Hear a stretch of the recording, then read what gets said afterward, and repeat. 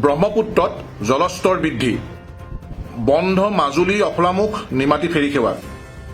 হঠাৎ জলস্তৰ বৃদ্ধি পোৱাত অফলামুখ নিমাতী ফেৰী সেৱা বন্ধ ঘোষণা কৰিছে আভ্যন্তৰীণ জল পৰিবহণ বিভাগে। পুৱাৰ ভাগলৈ দুয়োটা ঘাটত সময়সূচী অনুসৰি চলি আছিল ফেৰী সেৱাসমূহ। হঠাৎ ফেৰী সেৱা বন্ধ হোৱাত যাত্ৰীসকলৰ মাজত এতিয়া হাহাকাৰ পৰিৱেশ। অফলামুখ ঘাটলৈ যোৱা পথটো এটা অংশ ছিঙি নিয়ে বাঢ়নী পানীয়ে, যাৰ ফলত সম্পূৰ্ণ যোগাযোগ ব্যৱস্থা ব্যাহত হৈছে। কমলাবাৰীৰ পৰা আজিৰ দিনটোত ফেৰী সেৱা অব্যাহত আছে যদিও জলপৃষ্ঠ এনেকৈ অধিক বৃদ্ধি পালে অনিৰ্দিষ্ট কাললৈ বন্ধ হ'ব পাৰে ফেৰী সেৱা।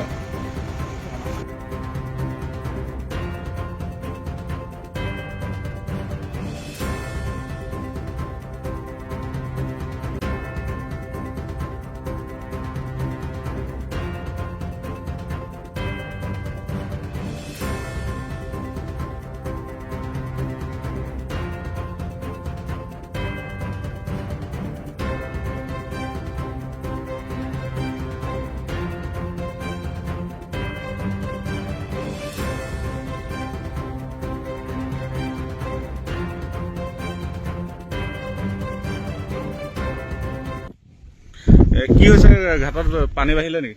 এই পানীটো আজি 9:30লৈকে নাওখন গ'ল, পানী তেতিয়ালৈ কমি আছিলে। এতিয়া পটককৈ 2-3 ঘণ্টা পানী এনেকুৱা জলপৃষ্ঠ বহুত বেছি হৈ গ'ল। নাওটো এতিয়া য'ৰ ৰেম নাইকিয়া হৈ গ'ল। এতিয়া তাকে পানী বহাৰ কাৰণে এতিয়া যাতায়াত অসুবিধা হ'ল, সেইকাৰণে এতিয়া নাওবোৰ অলপ বন্ধ কৰি থৈছে। যিটো মানে সংযোগী পথ আছিলে, পথটো যেতিয়া নদীয়ে উটুৱাই ছিঙি লৈ গৈছে, যিটো আছিলে সেইটো পথ এইটো বনাইছিলে, বনোৱাৰ পিছত এই দৰ আছে, সুতটো নদীয়ে ছিঙি লৈ গুচি গ'ল, সুত বলি গ'ল। তাত এতিয়া ডাঙৰ গাড়ী চাড়ী বাইক চাইক পাৰ হ'ব নোৱাৰিলে। নাও য'ত আগত ৰাখে ত'ত তাৰমানে কি হ'ল, এতিয়া তালৈ যাব নোৱাৰা হ'ল মানুহবোৰ। তাকে সেইকাৰণে এতিয়া নাওবোৰ এতিয়া বন্ধ কৰি দিছে। এতিয়া ৰেম্পৰ সুবিধাৰ বাবে আচলতে নাও চলা নাই।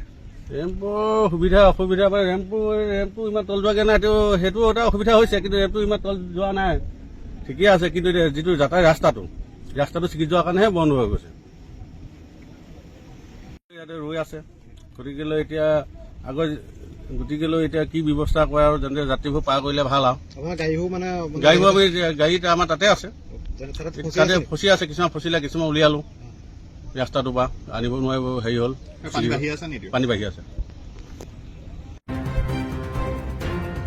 News desk report, E24 live breaking.